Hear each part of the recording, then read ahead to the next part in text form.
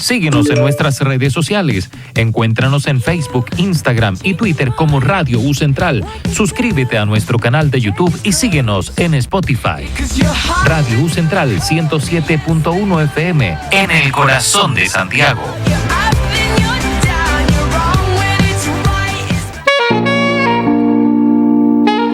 Radio U Central 107.1 FM y radio.ucentral.cl presenta Convocación de Profesor, un programa para reflexionar y pensar sobre nuestra educación. Convocación de Profesor.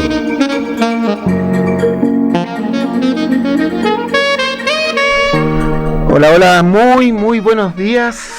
Otro programa más, Convocación de Profesor, junto a Ingrid. ¿Cómo estás, Ingrid? Más o menos, estamos un poco enfermos. Así te veo, Ingrid, un poco enfermita, resfriada. Hace 2 días tú tenías la voz así, hace 2 martes tenía la voz como...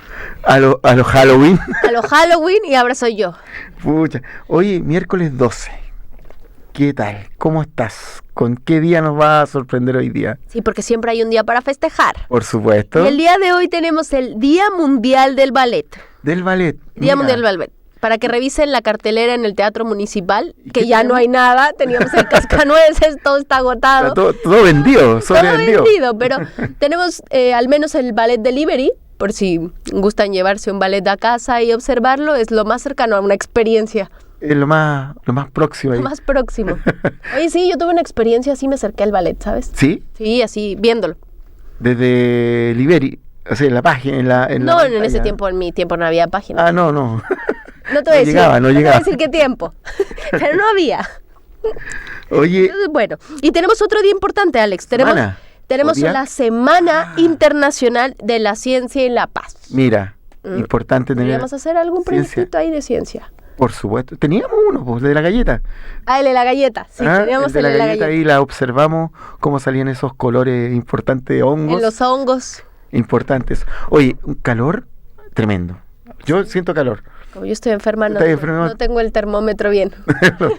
Está sube y baja. Sí, lo siento, sí sube y baja. Pero los chiquillos nos van a indicar la temperatura de hoy. Temperatura 20 grados. Francisco y David ahí, como siempre, atentos a la jugada. Saludo a Francisco y David. Sin ellos no podríamos estar acá. Y además siempre buscan la música que queda acorde con la conversación. Perfecta la música, siempre. Yo creo que para el tema de hoy igual la música así de un Soviet Wave nos puede llevar a... Bueno, ahí está. Nos puede llevar a un... Yo creo que ahí los chiquillos se la van a jugar y la van a meter por como sea. Algo así como un Molchat Doma. Le estoy ayudando. Ahí le está ayudando Francisco ahí. ¿Se la juegan o no? Está pensando. Oye, como siempre, cada miércoles, invitados importantes, visibilizando algunas áreas de la universidad y de la facultad de educación, que es visibilizando importante. Trabajos que están haciendo esas diferentes áreas. Claro, y profesores también que están investigando, están potenciando la investigación en la facultad, que es importante, que hoy en día la investigación la lleva, ¿cómo se dice? Bueno, siempre la ha llevado, pero hoy en día creo que se está potenciando más en la facultad. Claro. Y hoy día tenemos una nuevo invitado. Bien. Y también es una persona que está en el 4º piso. Importante. Coordinadora de investigación de la Facultad de Educación, doctora en Historia de la Universidad de Santiago de Chile. Ella es nuestra queridísima invitada, Silvina Sosa Bota. ¿Cómo estás, Silvina? Buenos días, muy bien, muchas gracias por la invitación, Ingrid y Alex. Estamos muy contentos de poder estar aquí y de compartir un poco de lo que estamos haciendo hace ya varios meses. Perfecto, pero bien acompañada. Bien acompañada, es verdad. Este trabajo de investigación es difícil hacerlo solo, siempre hay que estar apoyado, acompañado de alguien. Y viene con Nicolás Valenzuela, que es doctorando del Programa de Estudios Internacionales de la Universidad de Chile, ¿cierto? Magíster en Estudios Internacionales de la USACH y abogado. Por si nos metemos en un problema. Ahí está. Vamos ahí. ¿Cómo estás, Nicolás? Bien, buenos días, muchas gracias por la invitación y muy contento de estar acá para comentarles lo que he venido trabajando. Qué bueno, Nicolás. Pero esta dupla se le agrega un tercer integrante que no está hoy día, pero la vamos a mencionar, que es Angélica Salas, diseñadora y community manager. Community manager. Mi inglés no es muy bueno. Alex tiene un inglés superior que es mejor no entenderlo. No entenderlo, mejor community manager, ¿ah? Que también está adosada a esta temática que es una investigación. De Proyecto Fondesit. Proyecto Fondesit, que es imaginarios visuales sobre la Guerra Fría, humor gráfico chileno entre 1959 y 1970. Me gusta esto del humor gráfico. A mí me gusta esa cosa de los imaginarios visuales sobre la Guerra Fría. Mira, vamos a tomar dos áreas ahí que son interesantes. Aprovechando que ayer fue el concierto de Molchat Doma del Soviet Wave, entonces interesante que entre ahí. Me gusta. Claro, este es un proyecto Fondesit, ¿cierto? Que usted... Fondart, perdón. Fondart, disculpa. Un proyecto Fondart, claro. No, Fondesit, Fondart. Ojalá podamos hacerle un proyecto Fondesit eventualmente. Pero estamos cerca. No, pero qué interesante. Interesante, pero Fondart.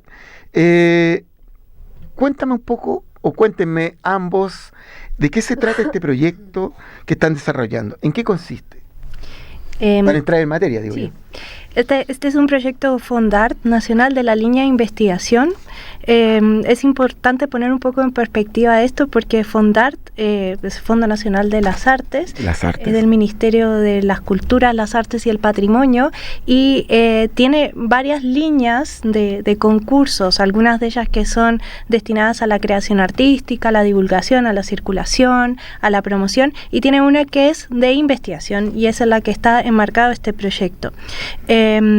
Que, bueno, por la naturaleza del fondo, un poco también por el espíritu del trabajo, integra investigación, pero también integra acción y búsqueda de difusión de lo que estamos haciendo, que no sea una investigación que se quede solo en un paper, sino que también pueda tener trascendencia más allá de esos productos clásicos de investigación. Entonces, en pocas palabras, lo que con este proyecto queremos hacer es poner en valor la producción del humor gráfico chileno de la década de 1960, destacando por un lado la importancia artística y reivindicando también su papel como fuente para la investigación. En este caso estamos como enmarcados un poco desde la historia, también en unos bordes interdisciplinarios con historia del arte, y queremos un poco trabajar con estos materiales que, si bien son conocidos y aparecen muchas veces como ilustrativos de ciertos eventos, muchas veces no nos detenemos a reflexionar, a analizar y pensar la naturaleza propia de este tipo de imágenes, y especialmente desde la historia, que la historia en general no se escribe con imágenes, hay una tradición de escribir con textos escritos, entonces otro tipo de fuentes visuales, fuentes orales, a veces quedan un poco más relegadas, entonces un poco reivindicamos esas otras bases para la construcción de conocimiento sobre el pasado, con un diálogo también interdisciplinario, y pensando el pasado no como algo solemne, sino también como un pasado a partir de la emocionalidad, un pasado vivido, no un pasado de las grandes instituciones, sino cómo las personas entendieron ese contexto, cómo se entendió la Guerra Fría, que es también un tema súper importante dentro de la historia, pero que en general las entradas a la Guerra Fría son desde la política, la economía, la diplomacia, pensado un poco desde el norte global. Y la idea es no solo reivindicar una producción artística local, sino hacer una entrada cultural a cómo se vivió esa Guerra Fría, cómo se sintió y cómo se pensó desde Chile, que eso es muy importante porque a veces nos cuesta conectar el papel de América Latina en este proceso internacional. Y un poco queremos reivindicar el papel de América Latina y de Chile en particular. Y por último, al respecto de esto, estos son imágenes que generalmente que son de fácil acceso en general, ¿no? O sea, muchas están digitalizadas, pero no tenemos la oportunidad de acercarnos a ellas. Entonces tenemos distintas acciones dentro del proyecto, además de la investigación propiamente dicha, que son talleres. Hemos realizado talleres en universidades para acercar a estudiantes a trabajar con estos materiales, estudiantes de pedagogía y de licenciaturas. Y tenemos también la otra patita que es de redes sociales, donde creamos materiales y contenidos para que puedan circular de manera amplia y de manera más libre también. No sé si quieres. Sí, bueno, es difícil agregar algo después de la muy buena explicación de Silvina, pero yo un poco reforzar esa idea, ¿no? Uno siempre cuando escucha Fondar piensa en un artista. Nosotros estamos lejos de serlo, digamos, todavía no conozco la faceta artística de... No la tengo. Pero leer imágenes también es un arte. Claro. Expresarlas, saber en qué se expresa esa imagen, ¿no? Sí, efectivamente. Y hoy en día, sobre todo que estamos en un mundo visual o audiovisual, claro. Entrar a leer lo que está, no solamente lo que se dice explícitamente, sino que lo que está también implícitamente contenido. Claro, o sea, y hay varias cuestiones que son interesantes. O sea, uno puede observar una imagen, leerla, entenderla, pero cuando uno ya analiza un medio a lo largo del tiempo, puede analizar qué es lo que dice y qué es lo que no dice el medio también. Entonces eso también es súper interesante, porque las omisiones también nos dicen mucho. Así que eso, yo me quedaría con eso.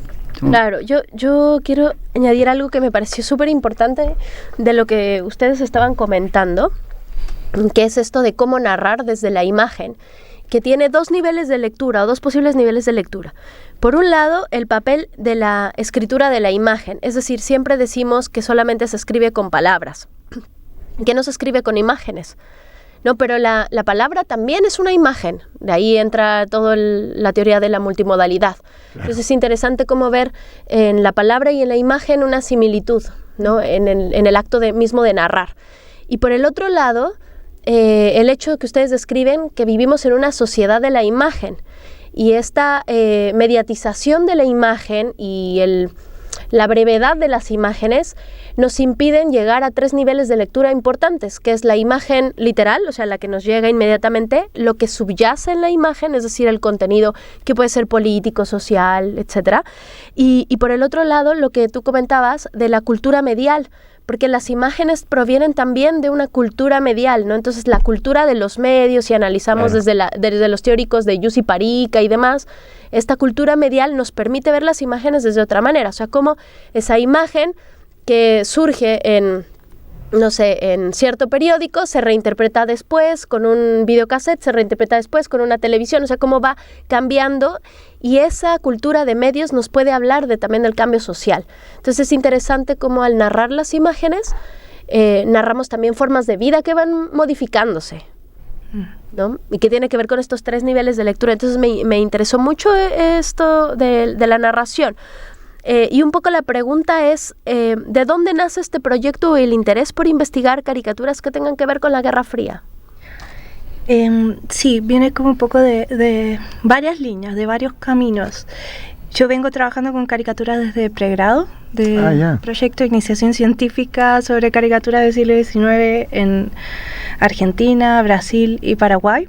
Oh, qué interesante. Ahí sí, fue como mi primera aproximación a la investigación y a partir de esto. Entonces ahí ya me marcó para el resto de la trayectoria. Y luego fui ampliando y profundizando en la tesis de doctorado. Trabajé con caricaturas de Chile y de Brasil sobre la guerra de la Triple Alianza, la guerra del Pacífico, en una perspectiva comparada, pensando también cómo se construyen ciertos discursos de guerra, que son similitudes, y de ahí pasé a trabajar en el proyecto Anillos, Patrimonio Cultural Mestizo, dirigido por el profesor Pablo Lacoste, que tenía mucho interés en desarrollar como una línea de trabajo a partir de caricaturas, pensando también estas fuentes como un patrimonio que merecía ser puesto en valor desde una perspectiva cultural, y también porque el marco de la investigación era durante la Guerra Fría.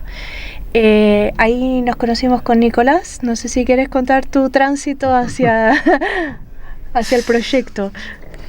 Sí, bueno, claro, nos conocimos ahí. Yo con el profesor estábamos trabajando temas más asociados al pisco, a la vitivinicultura, pero se abrió dentro del proyecto, como parte del patrimonio, la idea del patrimonio visual también, ¿no? Y en este caso el humor gráfico, pero no solamente el humor gráfico, sino el humor político como un patrimonio. Perfecto. Y ahí empezamos a desarrollar un trabajo primero de recolectar las imágenes, ¿cierto? Básicamente trabajamos con el archivo de la Biblioteca Nacional. De la hemeroteca. Exacto. Y bueno, son varios medios, el Mercurio, el Diario Ilustrado, las noticias de última hora, la agregamos ahora a propósito del Fondart, El Siglo y el semanario satírico, que es una revista, es Topase. Y lo revisamos todo, desde el 59 al 70, así que se podrán imaginar la cantidad de diarios y revistas que revisamos y la cantidad de imágenes que tenemos sobre caricaturas. Así que eso, y ahí bueno, hemos revisado un sinnúmero de temas, a ver si me ayudáis, si se me olvida alguno, pero hemos visto el 18 de septiembre, hemos visto la carrera espacial, hemos visto la Alianza para el Progreso, la reforma agraria, la imagen de China, la disputa entre Estados Unidos y la Unión Soviética. Claro. Hemos desarrollado varias temáticas a partir de estas caricaturas y sin duda tienen un montón todavía para poder seguir extrayendo. Oye, me vuela la cabeza con el tema de las caricaturas y mirarlas, o sea, saber qué imágenes tienen en esa investigación. Porque me llama la atención, o sea, si hablo de caricaturas se me viene a la mente Condorito. Condorito también debe ser una imagen que también la politizan de alguna forma, ¿no? Mira, Condorito tiene una cuestión bien especial porque Pepo, René Ríos, el autor de Condorito, es uno de los dibujantes estrella de la revista Topase. Claro, Topase antigua. Bueno, ya los más jóvenes no tienen ni idea qué es Topase, pero Topase es, para quienes nos están escuchando, una revista de caricatura política que parte del año 31 y que es como... es la catedral de la caricatura del humor gráfico político chileno, sin perjuicio de que antes existía también humor gráfico y político, ¿no? Pero Pepo es el encargado de construir las portadas de Topase. Entonces hay una relación muy directa entre las escuelas de la caricatura con las personas que pasan por Topase. En ese sentido, Topase es un lugar formador también. Y claro, Condorito es un personaje que representa un roto, pero representa más bien las experiencias de la vida cotidiana. Del roto chileno. Bueno. Exacto. En cambio, en el Mercurio y en el Siglo también encontramos personajes que son rotos chilenos. Mira. En el Mercurio tenemos a Perejil, que es más bien una especie de mendigo, de persona que vive en la calle. Y por otro lado, de derecha, claro, por supuesto, porque está en el Mercurio, que es medio de derecha. Claro. Y en el Siglo, que es el medio del Partido Comunista, de izquierda tenemos a Inocencio. Que Inocencio también es un roto. Entonces vamos viendo que la imagen del roto... ¿Es en dónde está? En el Siglo. En el Siglo. Sí, en el diario del Siglo. Entonces, estoy anotando, me tienes aquí loca, anotando. Entonces empieza a dibujar esta especie como de panop, o sea, no, más bien de un lugar donde cohabitan distintos personajes que representan al roto, y claro, hay algunos son más políticos que otros, por supuesto. Verdejo. Y bueno, y Verdejo. Y Juan Verdejo, que es es el primer personaje caricaturesco del roto que ya permanece en el tiempo y que se constituye como el eje vertebral de el roto chileno. O sea, claro. Para graficarlo, yo creo que uno desde el presente es difícil de mencionarlo, pero el éxito de Juan Verdejo fue tal en los años 30 y en los años 40 que llegó a hacer películas. Aparecía ¿se acuerdan que antes en la radio se hacían radioteatro? Radioteatro, sí. Verdejo también aparecía por ahí, apareció en la publicidad, o sea, fue un personaje que rompió todas las barreras y fue muy importante, y de hecho estos personajes del Mercurio del Siglo que yo le hablaba se referencian completamente en la imagen de Verdejo. Mira qué interesante. Mira, interesantísimo. Oye, me llama la atención también, disculpa, estoy ahí como volando, sí. Porque aquí nosotros nos volamos de preguntas. Me llama la atención, un historiadora, sí, diseñadora y abogado. O sea, tres áreas para mí muy distintas, y que tomen esta temática como parte de la investigación, ¿cierto? ¿Dónde se encuentran ustedes? ¿Dónde está ese punto de encuentro y cómo empezaron a conversar sobre esto?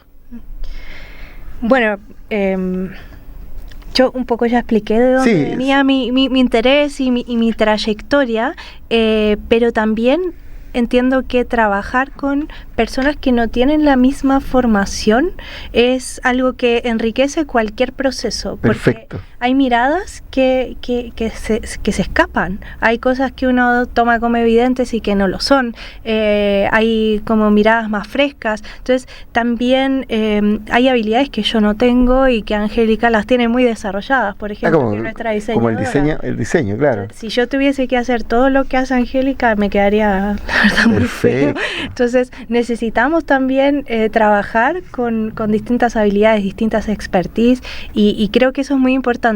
Ahora, creo que la trayectoria más ecléctica es la tuya, ¿no? Como no sos un abogado convencional, como un abogado un abogado más artístico. Sí, bueno, efectivamente yo estudié Derecho, soy abogado, claro, pero me pegué este giro hacia los estudios internacionales y además, claro, en el marco de este proyecto termino trabajando caricatura. Pero sí, o sea, yo creo que es súper importante hacer el énfasis en el carácter interdisciplinar o multidisciplinar de las investigaciones, porque claro, la realidad no es unidimensional, es compleja, y en esa complejidad no basta abordarla desde un solo prisma, ¿no? Hay que abordarla desde... Y un poco también creo que esta reunión que tuvimos con Angélica y con Silvina sirve para eso, ¿no? Para tratar de construir un abordaje que sea más completo para un aspecto que está un poco olvidado, que siempre cuando tratamos de hablar, la memoria, muchas veces la memoria se refiere en este tipo de casos, ¿no? A cuestiones históricas, como a fechas, eventos importantes, pero no como lo vivimos, no como lo sentimos. Entonces yo creo que para esa se necesita mucho contexto y mucho estudio, y yo creo que ahí entre los tres nos ahí está la línea en conjunto, en común, como se dice. Exacto. Oye, y en esta cosa, volviendo a la idea de narrar el pasado, un poco para que quede claro, que nos expliquen un poco por qué se utiliza este humor gráfico para pensar el pasado y qué particularidades ofrece pensar el humor o el pasado desde el humor gráfico, ¿no? Porque, por ejemplo, hablabas un poco de que el humor político es un patrimonio. Yo también creo que el humor político es un patrimonio. Hay países, sobre todo latinoamericanos, que utilizan el humor como fuente de sobrevivencia. O sea, pienso, por ejemplo, México. Yo que soy de México, el humor es fundamental porque de lo contrario no sobrevives en esa selva. Entonces, eso es muy interesante y me gustaría más que hablaran de esta cosa o que pudieran explorar un poco del humor como patrimonio político y también de cómo nos sirve para narrar este pasado. Sí. Bueno, el humor en general y el humor gráfico tiene una característica para existir, que es que se tiene que relacionar con lo vivido, ¿no? Entonces, para que una idea tenga sentido, tiene que estar enraizada en su coyuntura, en su contexto y vincularse directamente con lo que está. Entonces, siempre va a ser un elemento, un discurso que refiera a lo que está ocurriendo. Y otro elemento muy importante es que no tiene una proyección de futuro. Es algo, a veces se considera como un arte efímero. O sea, a diferencia de, por ejemplo, una pintura, una estatua, que se construyen, se pintan, se crean para durar una novela, pienso que quien escribe una novela dice, quiero que la lean en 5 años, 10 años. El humor gráfico se publica para publicarse un día, dialogar con su coyuntura inmediata y luego se extingue. Y eso tiene una riqueza muy particular, porque habla de el momento. De su momento, de su calor, sin una proyección de futuro, sin saber cómo desembocan los resultados. Entonces, este humor gráfico de la Guerra Fría no sabe lo que va a pasar con la carrera espacial, por ejemplo. Entonces, de repente, una de las cosas que nos sorprendió, o por lo menos a mí, era esa percepción de que la Unión Soviética iba a la cabeza, cuando nosotros tenemos el final de la llegada de Armstrong a la Luna, y eso como la coronación de un proceso, y Estados Unidos como campeón, entre comillas, de esta carrera. Además, lo tremendo de la Guerra Fría, ¿no? Porque pienso que es el momento donde la Unión Soviética también cae. en esta guerra que empiezan a hacerse ahí abajo, cae, y entonces cae todo el proyecto comunista, todo el proyecto que Lenin había levantado. Y después tenemos cosas, bueno, yo que siempre estoy viendo lo medioambiental ahí, ¿no? Sí. Pero tenemos ahí problemas medioambientales brutales con lo de Chernobyl, con qué pasa con la tecnología, que nos da una proyección de futuro, pero que en la Guerra Fría esa proyección del futuro puede generar un desastre. Entonces, muy interesante esos juegos que acontecen en esos momentos, ¿no? Claro, como ahora sabemos y pensamos la Guerra Fría sabiendo todo eso que tú mencionas. Y eso nos da una posible lectura sobre el pasado un poco condicionada por los desenlaces de los distintos procesos. Pero en esta época no se sabía de Chernobyl, no se sabía que la Unión Soviética iba a caer. Entonces nos da la riqueza de la perspectiva de quienes vivieron ese proceso con sus temores, proyecciones propios de una época, que es muy distinto que otro tipo de fuentes para el conocimiento del pasado que ya tienen una proyección o una voluntad como más hacia el futuro. Esto es de la coyuntura y encapsula los sentimientos y la opinión pública de una época y de un momento bien específico. Entonces nos da ese tinte emocional, ese tinte de la indeterminación. Claro. De que no sabemos el desenlace cuando leemos o sea, quienes produjeron esas piezas de humor gráfico no supieron el desenlace, nosotros sí, pero ahí podemos ver que había, por ejemplo, la Unión Soviética se percibía como la cabeza de la Guerra Fría, de la carrera espacial, sí. Y eso fue una de las cosas que particularmente a mí me sorprendió, porque tenía el desenlace en la cabeza. Entonces, cuando voy al cotidiano, a producciones culturales de cotidiano, te das cuenta de que en el momento se entendía otra cosa, se pensaba otra cosa y se sentía. Sí, como un poner en pausa antes de la catástrofe, ¿no? Sí. Y voltear a verla de otra manera. Interesante que las imágenes nos permitan volver a ese momento y observarlas con mayor detenimiento. Sí. O sea, como... No claro, sé. La imagen o sea, de cierta manera la imagen te habla algo, te dice, te proyecta, pero ¿desde qué manera? Y aquí entro, no sé, en una pregunta que a lo mejor la Ingrid le estaba tomando, pero para mí el humor en estas imágenes de la Guerra Fría, ¿cómo lo encuentro? No sé ¿cómo lo proyecto? O hay imágenes que te proyectan el humor al solo mirarlo, porque si tú ves imágenes de Condorito, imágenes de no sé, pues yo estoy viendo imágenes acá que encontré de los mismos que habíamos hablado, de estos chicos, se me olvidó el nombre. De Gil, y no sé. De Gil, ese. Te proyectan algo, te proyectan el humor. Ya, dices, claro, el humor político está, pero en la Guerra Fría, ¿cómo veo eso del humor? Sí. No tengo cualquiera así. A ver, yo creo que hay varias cosas que decir al respecto. Yo creo que una tiene que ver con la utilización de símbolos, ¿cierto? Que logran en alguna medida representar lo que está ocurriendo en ese momento. Más allá de, por ejemplo, personajes importantes como lo pudieran ser los presidentes de las grandes potencias, etcétera.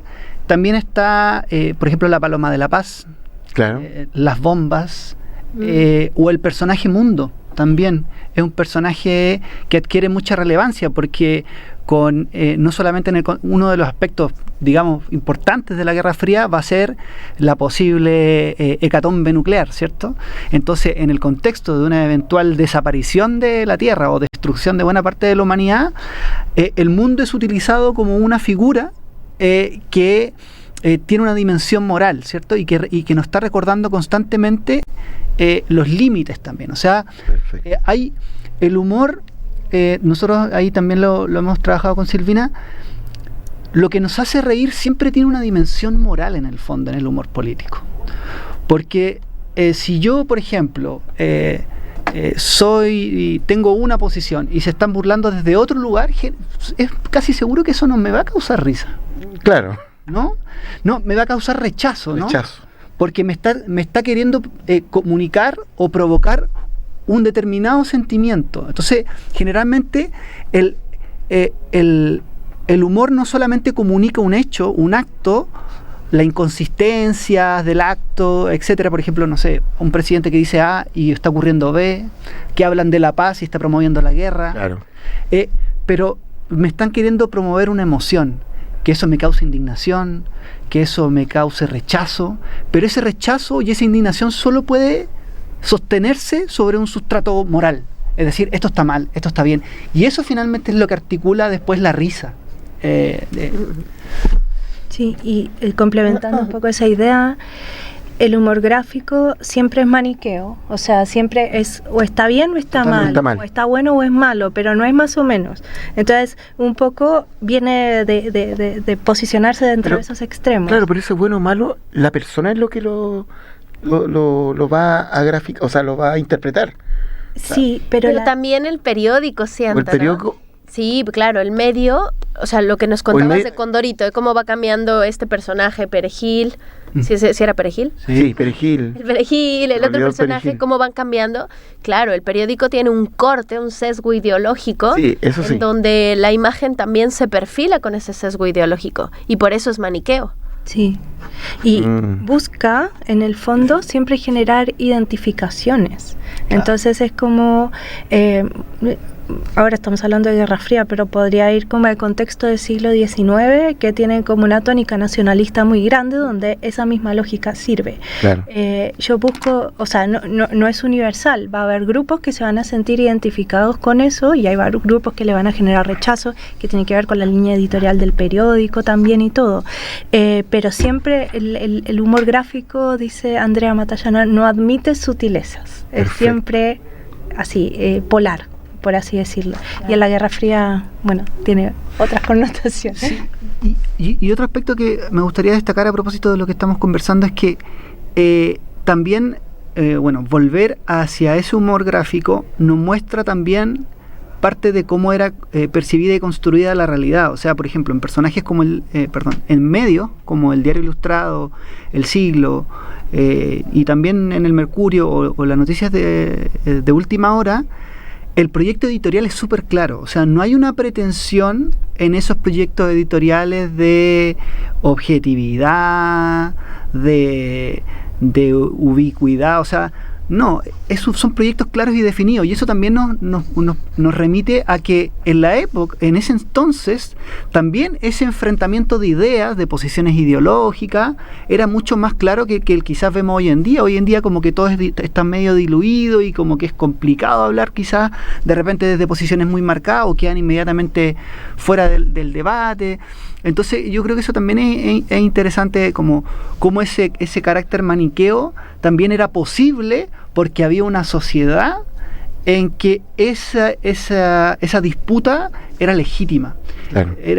era concreta, y quizás también eso le permitía ese carácter explícito, digamos, como decía Silvina. Oye, Ingrid, está interesantísimo, pero el tiempo es oro. Así que nos vamos a un corte musical y volvemos con esta interesantísima conversación. Estamos escuchando en Radio U Central 107.1 FM y radio.ucentral.cl. Con vocación de profesor. Y volvemos aquí al programa Con vocación de profesor, donde estamos hablando de un tema muy interesante que nos tiene así muy emocionados a Alex y a mí, que es Imaginarios visuales sobre la Guerra Fría, humor gráfico chileno, y entre 1959 y 1970, y tenemos dos invitados especiales, Silvina y Nicolás, que vienen aquí a hablarnos un poco de su proyecto Fondart.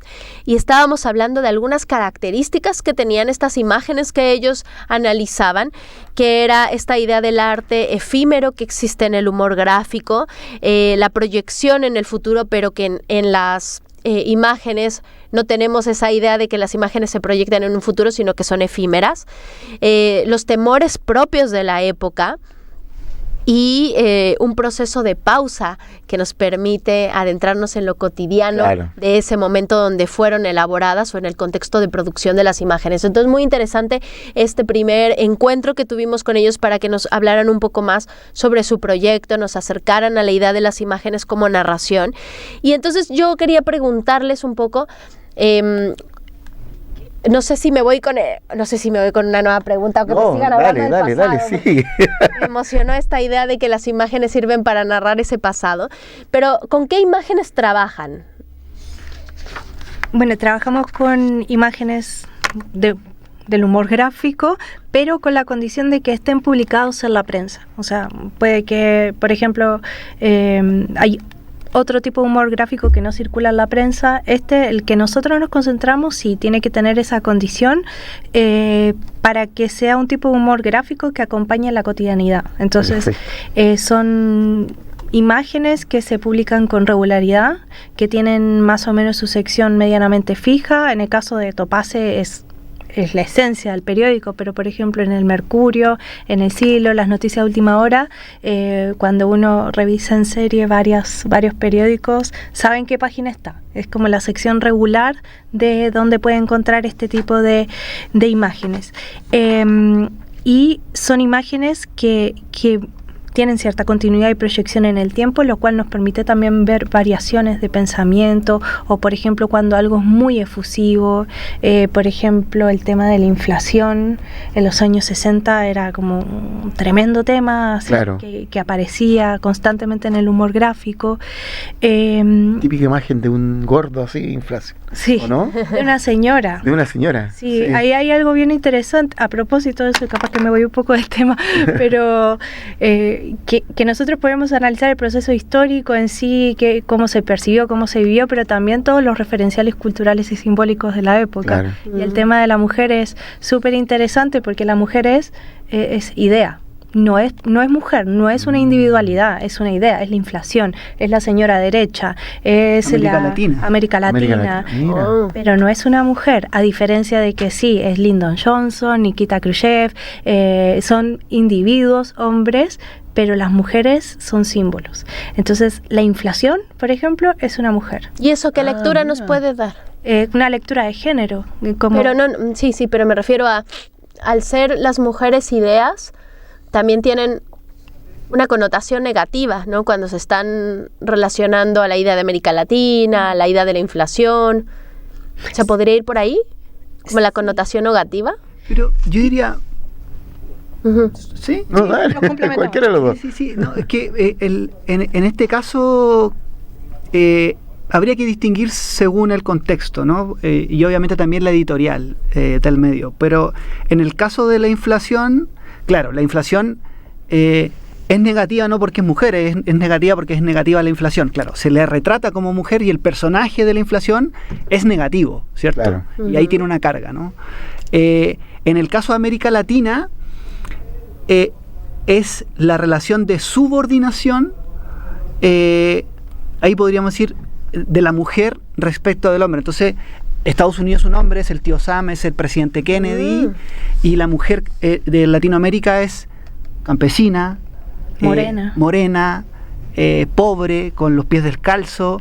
Entonces, se utilizan, básicamente son, en el caso de América Latina, es como para construir esa asimetría de poder, esa figura. Entonces, claro, no solamente es una connotación negativa, en el sentido de lo negativo que es la inflación, porque ahí es claro como, o por ejemplo con el personaje de la derecha, cuando Topase habla del personaje de la derecha y lo encarna como una mujer muy adinerada, con gestos y ademanes como súper devaluadores respecto de los demás personajes con los que interactúa. Claro, pero es otra dimensión. Ahí, en el caso de América Latina, la mujer a lo que refiere es como esa posición de menor poder, de menor subalternidad. Y también, y con esto ya cierro, es con lo mismo que decía Silvina, ¿no? Con esta idea de la poca agencia, ¿no? O sea, América Latina siempre está siendo como objeto de lo que está ocurriendo y pocas veces está siendo capaz de América Latina decidir qué es lo que se puede hacer, ¿no? Claro. Pero mira... ¿Tienen un corpus de imágenes? O sea, ¿cuántas imágenes están trabajando este proyecto? Creo que nunca las contamos, pero son miles. Sí, son como 2.500, pueden ser. Claro, que respondieron. No son todas las publicadas, sino como las que tenían el criterio de como poder... De selección. Sí, pensarse que dijeran algo sobre la Guerra Fría. Ah, perfecto. Y el criterio que ustedes establecieron era de qué? Primero, obviamente, que tuviera que ver con el periodo y la Guerra Fría. Después... Que se publicase de manera regular, o sea, que fuese, por ejemplo, de portada, de las secciones más o menos identificadas, que dialogara con el tópico. Y claro, ahí te pasa que cuando vas avanzando decís, pero estos también, entonces tenés que retroceder y volver a revisar. Sí, y nos pasó pasa varias veces. Oye, como que uno se da cuenta de la reiteración. Tuvieron desde 1979 al 1970. ¿Qué diarios vieron ahí? O sea, porque estábamos hablando del Mercurio, del siglo, pero hay diarios que han desaparecido, ¿no? Que tuvieron en esa época. ¿Cuáles son los que así te llamaron la atención? Decían, este diario, mira. Sí, ahí ocupamos un criterio, como era humor político, ocupamos también un criterio, entre comillas, político para resolverlo. O sea, pusimos en 2 medios de derecha, 2 medios de izquierda, y Topace, que es como la catedral del humor gráfico, claro. En ese momento, en esa época, tiene una posición que a pesar de que en el medio es discutida, ¿no? De hecho, estamos trabajando en eso, con Silvina, allá en un perfil de una publicación más académica, está más cercana a la democracia cristiana, se podría como decir. En el centro. Claro, exactamente, como en el centro. Entonces, eso nos permite construir un escenario de la política chilena y también del humor gráfico más completo. O sea, El Siglo es el medio del Partido Comunista, las noticias de última hora está José Toá, que después va a ser ministro de Salvador Allende, claro, del Partido Socialista. El Diario Ilustrado es un medio vinculado a la Iglesia Católica, pero al sector conservador de la Iglesia Católica. El Mercurio, bueno, ya todos lo conocemos, un medio muy vinculado a la derecha chilena, y bueno, y Topace, que era de la democracia cristiana. Entonces eso, con ese criterio construimos. Y además, no eran necesariamente, los medios con mayor circulación en esa época en Chile, pero sí eran los que tenían humor político, porque otros medios de mayor circulación no tenían humor político. Estamos hablando de la época se le llamó la década de oro del humor gráfico en Chile. Claro. Había mucho humor, mucha historieta, pero no todo era político. Entonces, y también buscamos las referencias más fuertes, ¿no? O sea, El Siglo es una referencia, a pesar de que no tenía tanta circulación, era una referencia ideológica, política muy fuerte. Entonces no podía no estar. Más o menos esos fueron los criterios que fuimos utilizando. Y yo creo que sobre el periodo, Silvina puede...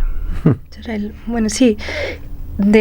El 59 a 70 es como un periodo clave para la Guerra Fría en América Latina. El 1 de enero del 59, el año empieza con la Revolución Cubana. Y eso lleva a que un poco la dinámica de la Guerra Fría ponga los ojos también sobre territorio latinoamericano. O sea, si pasó eso tan cerca de Estados Unidos, eventualmente era algo que podía pasar. Entonces, cuando aparece la Revolución Cubana, se pone también la Revolución Armada dentro del horizonte de posibilidades reales. O sea, ya se manejaba, pero tenía como un ejemplo real. Entonces, eso lleva a arremetidas de Estados Unidos y la Unión Soviética en América Latina. Ahí aparece, por ejemplo, la Alianza para el Progreso. Estados Unidos se dice, bueno, América Latina es un territorio muy desigual, es un territorio muy fértil para la Alianza para la Revolución Armada, como ocurrió en Cuba. No queremos que eso pase, vamos a hacer una serie de ayudas económicas y sociales para mejorar las condiciones. Entonces Estados Unidos empieza con estos planes como más intensos en América Latina, y la Unión Soviética ya después como de 62 tiene como una patita fija en América Latina y empieza a aparecer como un aliado importante. Entonces los años 60, además de todo el fervor a nivel internacional que tienen los años 60 en sí, en América Latina se dan todos estos movimientos, se empieza a polarizar más las sociedades latinoamericanas, la chilena sin duda, empiezan a perfilarse más estos discursos de la Guerra Fría al interior. La Revolución Armada tiene un ejemplo concreto de algo que ocurrió, y del otro lado también hay apoyos importantes que se están dando. Entonces América Latina es un nuevo campo de disputas y aparece explícito, por ejemplo, en imágenes donde América Latina es un ring donde está Unión Soviética y Estados Unidos. Y esto es en los años 60. Y en el año 70 hay varios hitos. Uno es la elección de Salvador Allende, que también debemos entenderla dentro de la elección y asunción de Salvador Allende dentro de las lógicas 70, propias de la Guerra Fría, y también es el año que empiezan a cerrar varios de los periódicos que vemos. Se empiezan a agudizar un poco más estos conflictos que van con una lógica similar a la Guerra Fría. Entonces el año que termina el proyecto es el año 70. En Topase llegamos, por ejemplo, a ver la elección de Salvador Allende. Es creo que la última portada de Topase. ¿El 70 terminó Topase? Sí, después tiene una reedición en los años 80, 90, sí, pero ya no era lo mismo. Pero claro, el último número de Topase es sobre la muerte de general René Schneider. Mira. Ese es el último número de Topase. Sí. Mira, qué interesante ahí. Y el Diario Ilustrado, bueno, hay hartas cosas bien entretenidas. El Diario Ilustrado, por ejemplo, también cierra el 70, después de las elecciones, en octubre del 70. Y, claro, el Mercurio sigue, pero su personaje, que es Perejil, deja de salir el 5 de septiembre de 1970. ¿Qué importa la fecha? El 4 de septiembre había ganado Allende. O sea, uno podría entender, de hecho, el mismo periódico El Siglo se burla de eso, de que el personaje de Perejil termina siendo, digamos, cerrado o clausurado porque no cumplió con su función, digamos, de evitar el triunfo de Salvador Allende. Porque mira, ojo, qué interesante. Qué interesante, sí. Interesante ese tema. Porque Perejil es un roto. Entonces uno podría decir, oye, pero en el Mercurio qué raro que hay un roto, claro, como personaje principal. Pues sí, este es un medio como de la gente de élite, claro. Entonces, claro, pero es un personaje que tiene esa tensión y nos muestra también el valor transversal que tenía la figura del roto, que después en los años 80 va a pasar así como que hacer hoy en día el flight, ¿cierto? Tiene otra connotación. Claro. Pero tiene una connotación exclusivamente negativa. Pues. En esa época, que hasta el Mercurio ocupara un roto, no es casualidad, digamos. Obedece a ese valor que tenía la sociedad chilena. Pero no sirve.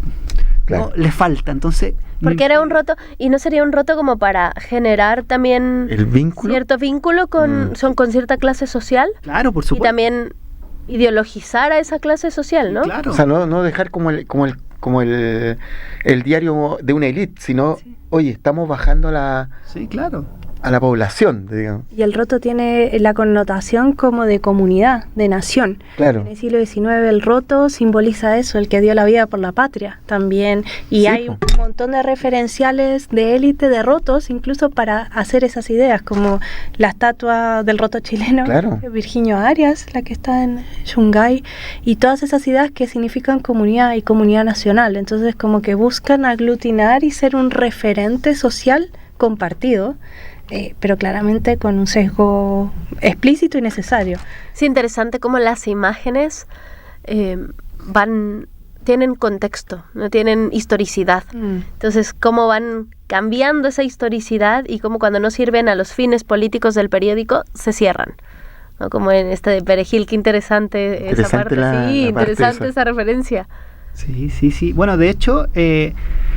la última caricatura de Perejil, el mismo 4 de septiembre, que es el día de la elección, y días después, bueno, ya se corta, no aparece nunca más, no hay explicaciones de por qué se fue, nada, y días después aparece El Siglo burlándose del hecho. Claro. Y salen como, aparece que a Perejil le están pegando una patada, como echándolo, y le están diciendo, y Inocencio, que es el personaje del Siglo, sale diciendo, bueno, ¿viste? No sirve. Te pasó por... Y ahí usted completa la oración, digamos. Sí. Pero no, es súper explícito todo en ese momento. Sí. Mira el juego que tenían los periódicos. Y también unos juegos también intertextuales, claro, ¿no? No, claro. Ya cuando se empieza a agudizar la lucha política, es muy común ver de repente que un personaje de una caricatura aparece en la otra caricatura. Claro. Inocencio aparece en Perejil y Perejil aparece en Inocencio. Ya se empiezan a cruzar los personajes. Es muy interesante la construcción de los personajes, cómo se vuelven tan importantes que hasta adquieren vida, ¿no? Pienso cuando se empieza a masificar el periódico en el 19, tú que estudiaste el 19 de los periódicos, no sé, en Francia teníamos el Monsieur Prudhomme, gordo, que claro, era el hombre pera.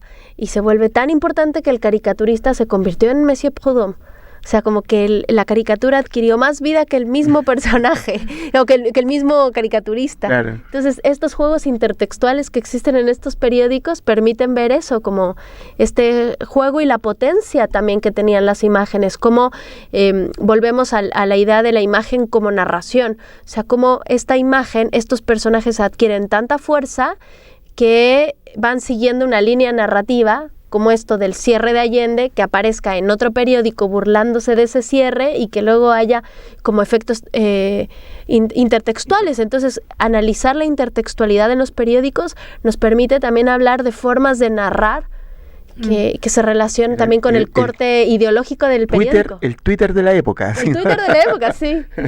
Sí, de hecho. Sí, pero con juegos narrativos. Claro. Desde el siglo XIX veo también esa continuidad en América Latina. Hay muchos periódicos que tienen sus personajes que forman parte de la identidad y por eso también sirven para hacer esos juegos. Entonces, hay un caricaturista muy famoso de Chile, es Juan Rafael Allende, y era un liberal que sus periódicos tenían nombre de padres. Entonces, en El Padre Cobos, por ejemplo, que lo revisé, su personaje eje era irónicamente un cura.